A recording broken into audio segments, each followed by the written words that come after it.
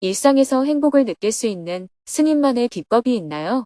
2025년 7월 13일 대만 출발, 한국 도착. 안녕하세요. 오늘은 아시아 순회강연을 무사히 마치고 대만을 출발하여 한국으로 귀국하는 날입니다. 스님은 새벽 수행과 명상을 마친 후 아침 7시에 숙소에서 아침 식사를 하며 하루를 시작했습니다. 식사를 마치고 아시아 지회 활동가들과 함께 숙소 근처 대한산림공원으로 산책을 나섰습니다. 대한산림공원은 타이베이의 허파라 불릴 만큼 울창한 숲과 넓은 잔디밭, 연못, 생태 습지까지 갖춘 도심 속 생태공원입니다.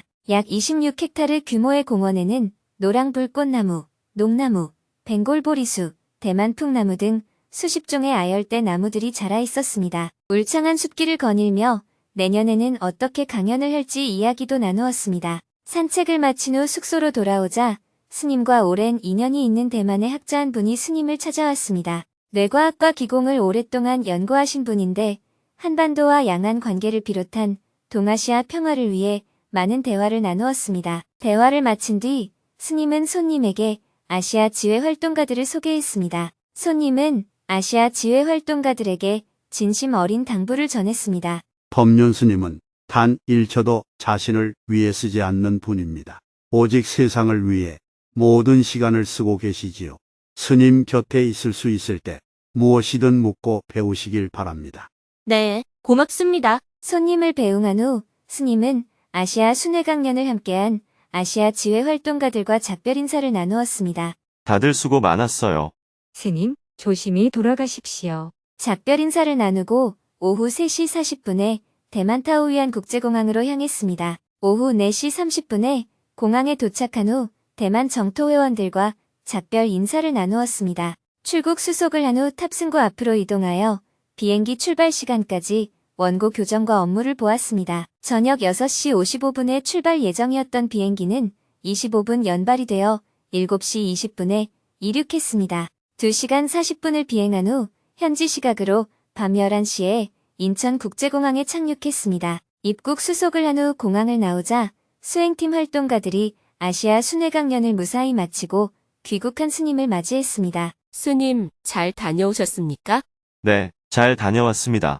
차를 타고 곧바로 서울 정토회관으로 향했습니다. 어제까지 기온이 36도까지 올라가던 무더위가 한풀 꺾이고 제법 선선한 바람이 불었습니다. 새벽 1시가 다 되어 서울 정토회관에 도착한 후 짐을 풀고 잠자리에 들었습니다. 아시아 순회강연을 무사히 마쳤습니다. 내일은 스리랑카 종교인 모임을 한국으로 초청하여 화해와 평화를 위한 아시아 종교 간의 대화라는 주제로 열리는 국제화해학회 개막식에 함께 참석한 후 4박 5일간의 여정으로 대화의 시간 및 한국의 종교기관과 통일전망대를 방문하는 일정을 가질 예정입니다. 오늘은 법문이 없었기 때문에 지난 11일 홍콩에서 열린 법륜 스님의 증문즉설 강연에서 질문자와 스님이 나눈 대화 내용을 소개하며 글을 마칩니다. 일상에서 행복을 느낄 수 있는 스님만의 비법이 있나요?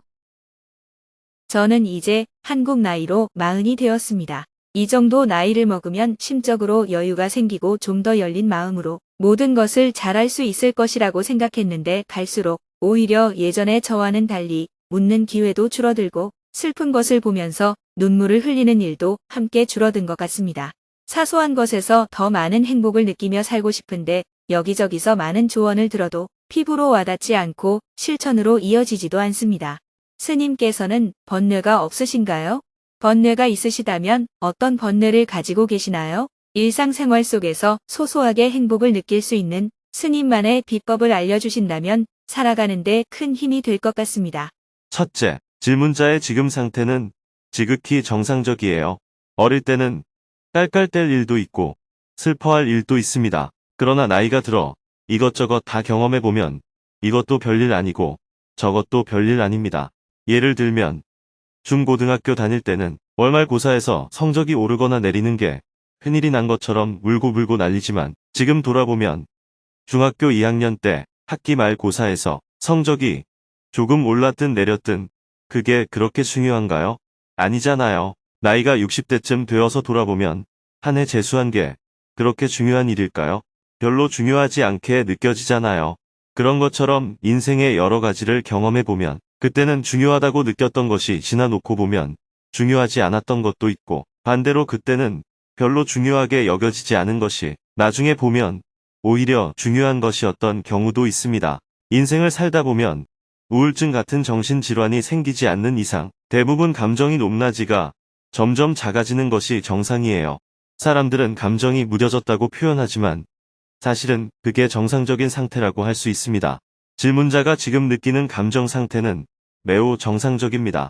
둘째, 인생에서 정말 괴롭다고 할 게 뭐가 있을까요? 여러분들이 생각할 때 두 사람이 이혼한다는 게 괴로울 일이에요. 우리는 원래 다 혼자 살았잖아요. 그러다가 함께 사는 게 좋겠다 싶어 결혼했다가 살아보니 별로 좋지 않아서 헤어진 거잖아요. 그게 뭐가 문제일까요?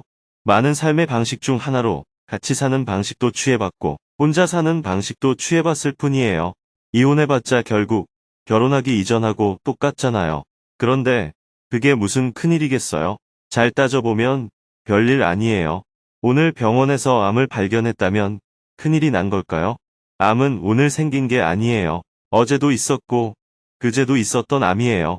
만약 큰일이라면 어제도 큰일이었고 그제도 큰일이었지. 왜 갑자기 오늘 큰일이 되는 거예요? 암이 있다는 것을 발견한 것이 나쁜 일이에요? 그럼 발견하지 못한 것이 좋은 일이에요? 당연히 발견하는 게 좋은 일이죠. 그러면 오늘 나쁜 일이 생긴 게 아니라 좋은 일이 생긴 거예요. 암은 원래부터 있었고 오늘은 그걸 내가 알게 된 날일 뿐입니다.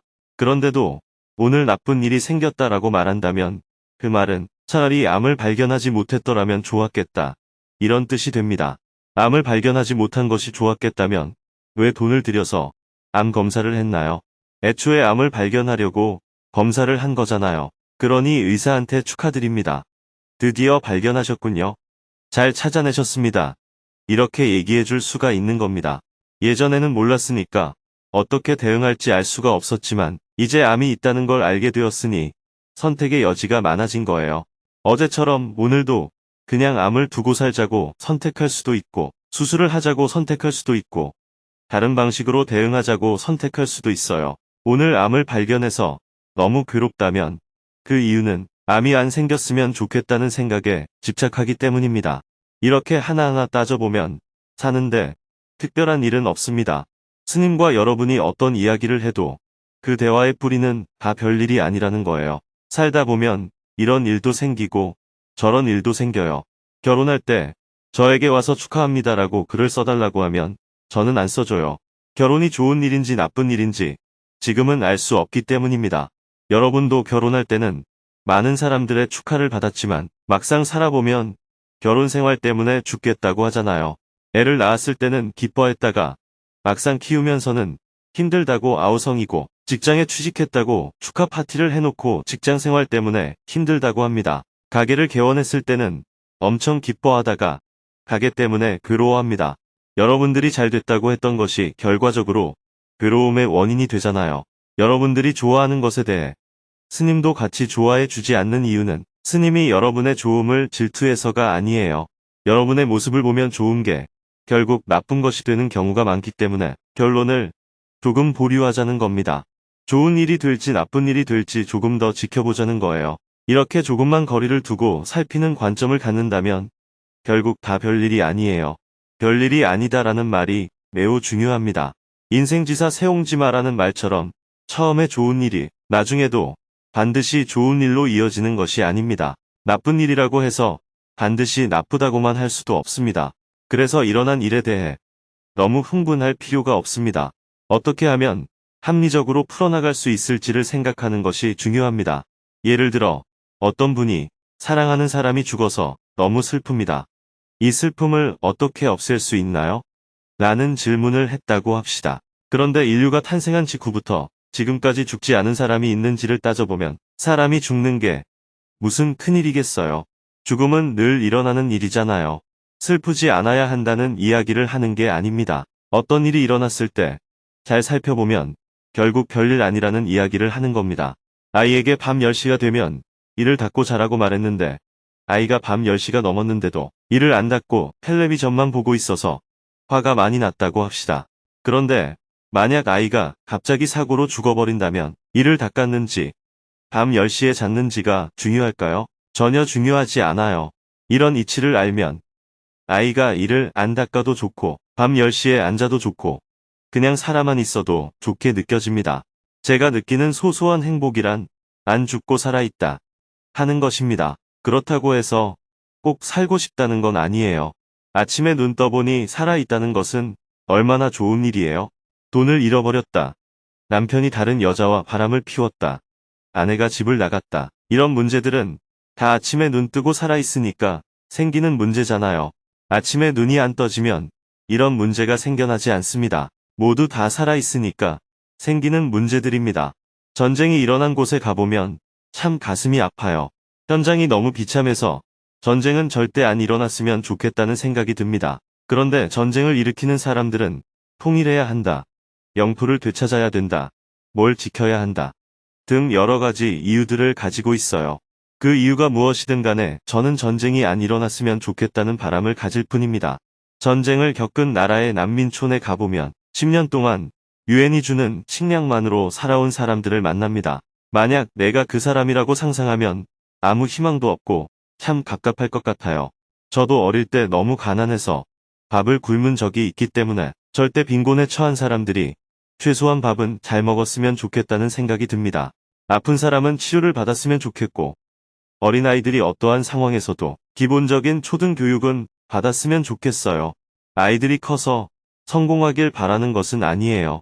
만약 내가 그 상황에 처했다면 이 정도의 생활은 가능했으면 좋겠다라고 생각하는 수준까지만 지원을 하고 있을 뿐입니다. 그런 일만 하기에도 엄청 바빠요. 그렇다고 해서 그 일을 꼭 해야 한다고도 생각하지 않습니다.